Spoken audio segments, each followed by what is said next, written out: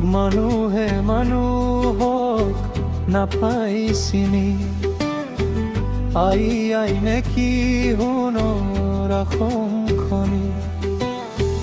মনত আছেনে কথা এটি, মৰমৰ জুবেন দাই কৈছিল কি, নুবুজিলে কোনো অসমীয়া, নালাগে আমাক টকা পইচা, থাকিবলে দিয়া সেউজীয়া, থাকিবলে দিয়া সেউজীয়া। মই একো